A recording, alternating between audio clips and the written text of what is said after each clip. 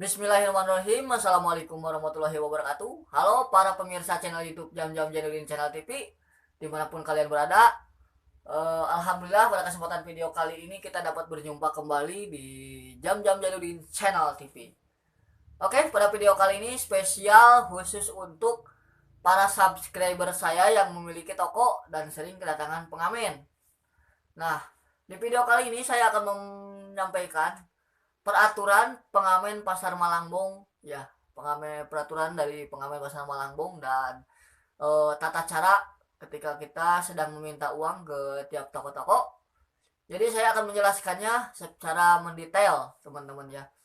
Jadi buat kalian para subscriber saya yang ada di daerah Malangbong yang tentunya sering kedatangan oleh saya, jangan heran kalau misalkan saya ketika datang ke toko kalian itu tidak lama, dikarenakan itulah caranya. Jadi seperti apa sih alasannya? Simak terus videonya sampai habis. Buat kalian juga yang mau subscribe, silakan subscribe, silakan tombol loncengnya supaya kalian tidak ketinggalan video-video terupdate dari saya ya, jam-jamnya Dudin Channel TV. Dan kalau perlu silakan, kalau mau like juga like silakan ya. Jadi di video kali ini saya ingin menjelaskan tentang bagaimana sih cara mengamen yang baik dan benar menurut pandangan saya. Jadi di sini saya ingin menjelaskan ke kalian ya.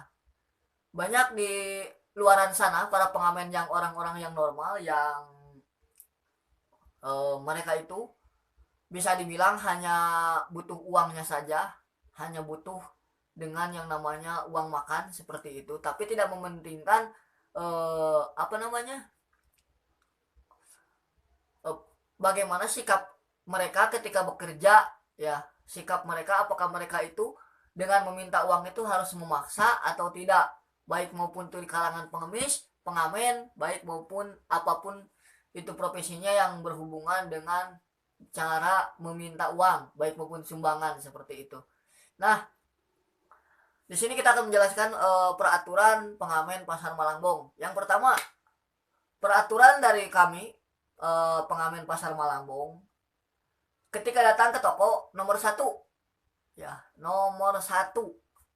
perlu diingat, nomor satu, kami tidak memaksa ya, kami tidak ingin ada keterpaksaan dari pihak Anda selaku orang yang memberikan uang kepada kami, dan saya juga tidak memaksa apabila Anda harus memberikan uang.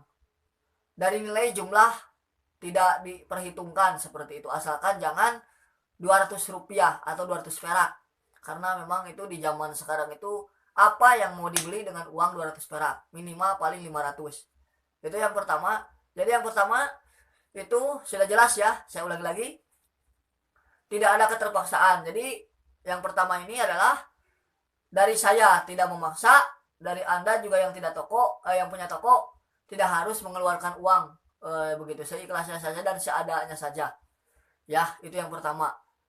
Yang keduanya itu adalah ketika kita sedang mengamen, ya, ketika Anda ingin memberikan uang,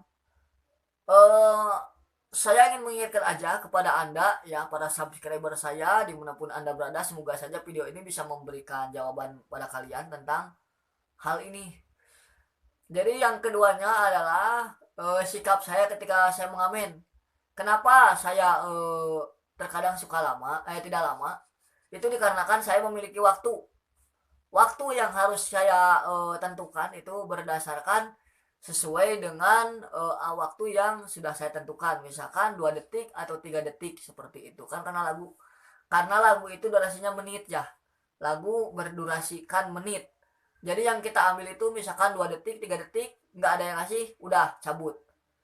Misalkan paling pendeknya itu 1 detik atau 2 detik lah ya, cabut. Jadi kita tidak terlalu mengharapkan lah, tapi kalau kalian seikhlasnya kalian saja ya. Jadi seikhlasnya kalian mau memberi atau tidak. Tapi buat kalian tips juga nih, buat yang mau memberi saya uang atau memberikan uang ke pengamen lainnya, tolonglah ya, kalau bisa cepet ya, agar tidak memakan waktu lama seperti itu.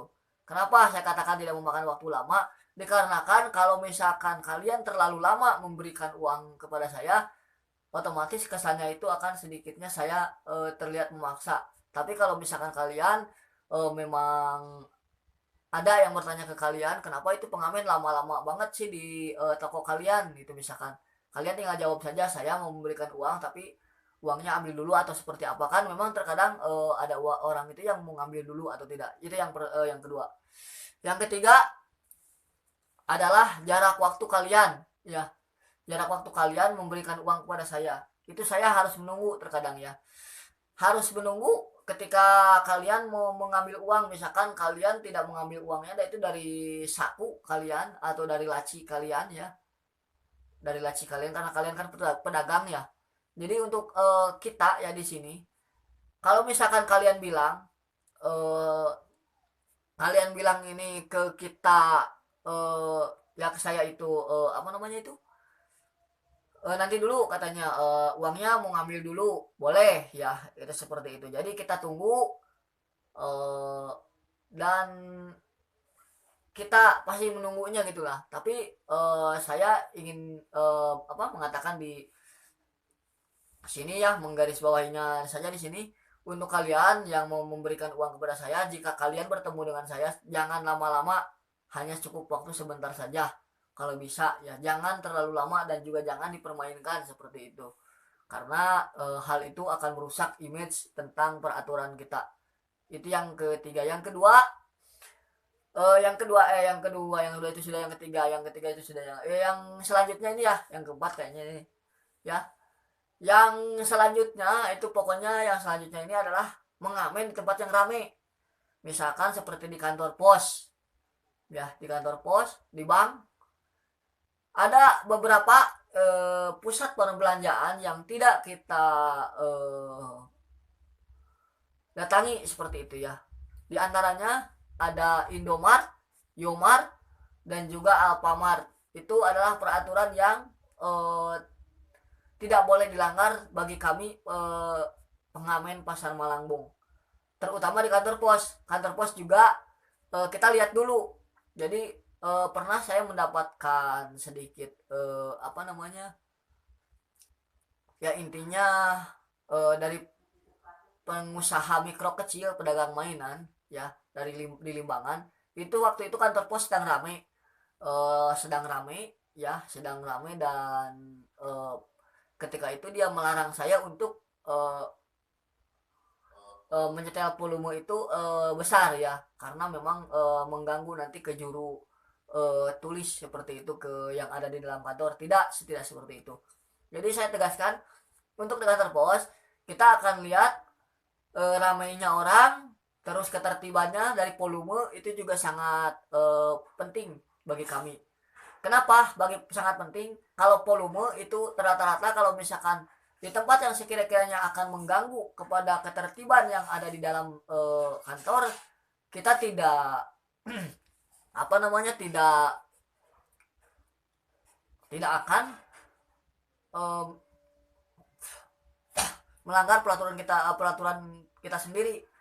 Apa peraturannya? Ketika ada seperti kantor yang harus tertib, kita pasti volumenya akan dikecilkan seperti itu. Kita akan mengerti bahwa itu ada tempat yang tidak boleh diganggu dan itu membutuhkan konsentrasi seperti itu. Seperti misalkan di kantor pos ada yang lagi mengabsen atau apa, kita tidak akan mengganggu itu, karena kita untuk volume kita kecilkan. Dan untuk peraturan volume, mengecilkan volume ini kalau di musik karaoke ini sangat penting. Kenapa sangat penting? Dikarenakan di dalam pasar saja, di dalam pasar ini, ya, di dalam pasar itu sudah harus dikecilkan karena memang di ruangan itu sangatlah cukup lah, ya, untuk volume kecil juga. Jadi kita untuk peraturannya, untuk bermain di karaoke ini, di apa namanya, di uh, ampli player kita atau sound kita, itu biasanya disesuaikan dengan tingkat kebisingan.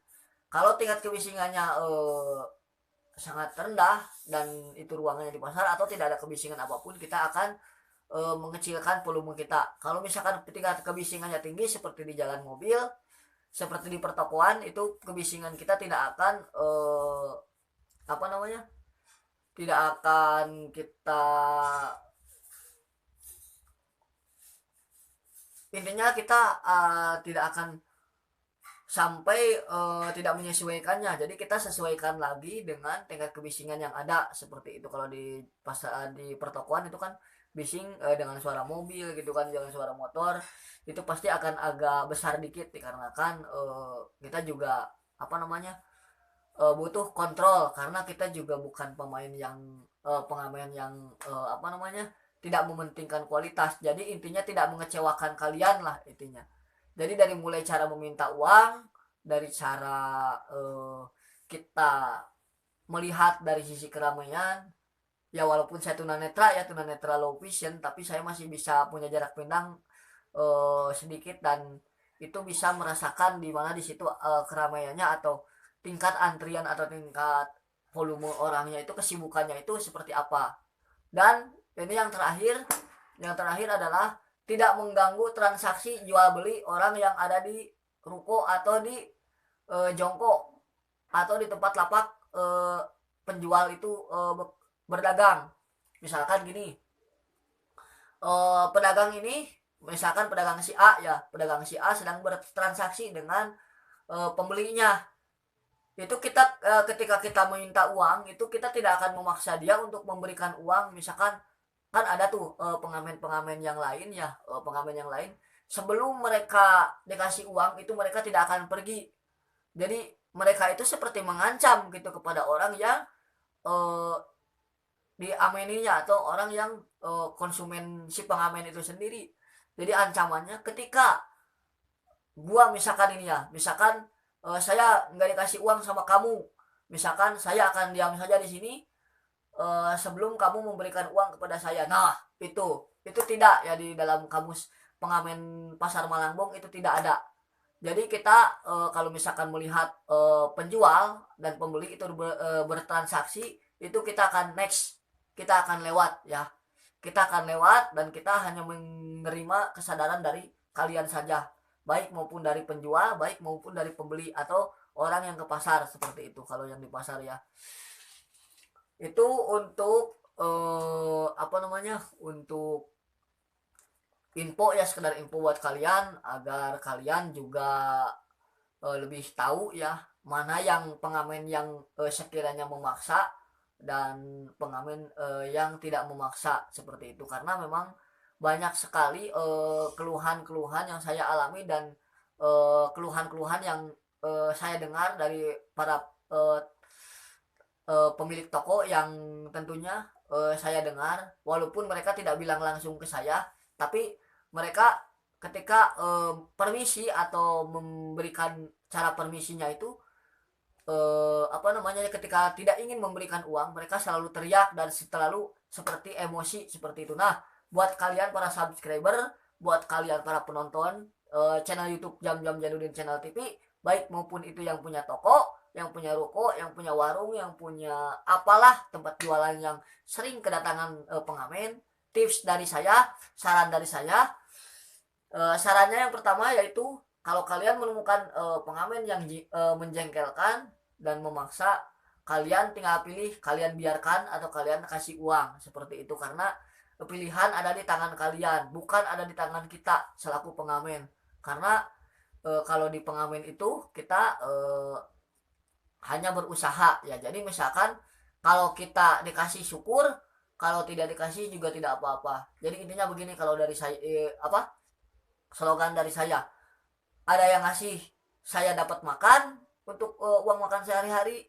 Jika tidak ada yang mengasih uang, mungkin saya tidak akan makan sama sekali, seperti itu ya. Tidak akan dapat uang makan sama sekali, seperti itu ya teman-teman ya. Oke, mudah-mudahan video ini cukup jelas, dan apa namanya, semoga video inilah bisa tidak apa namanya, tidak, untuk kalian itu tidak memandang semua pengamen itu sama, pengamen itu pemaksa, pengemis itu pemaksa.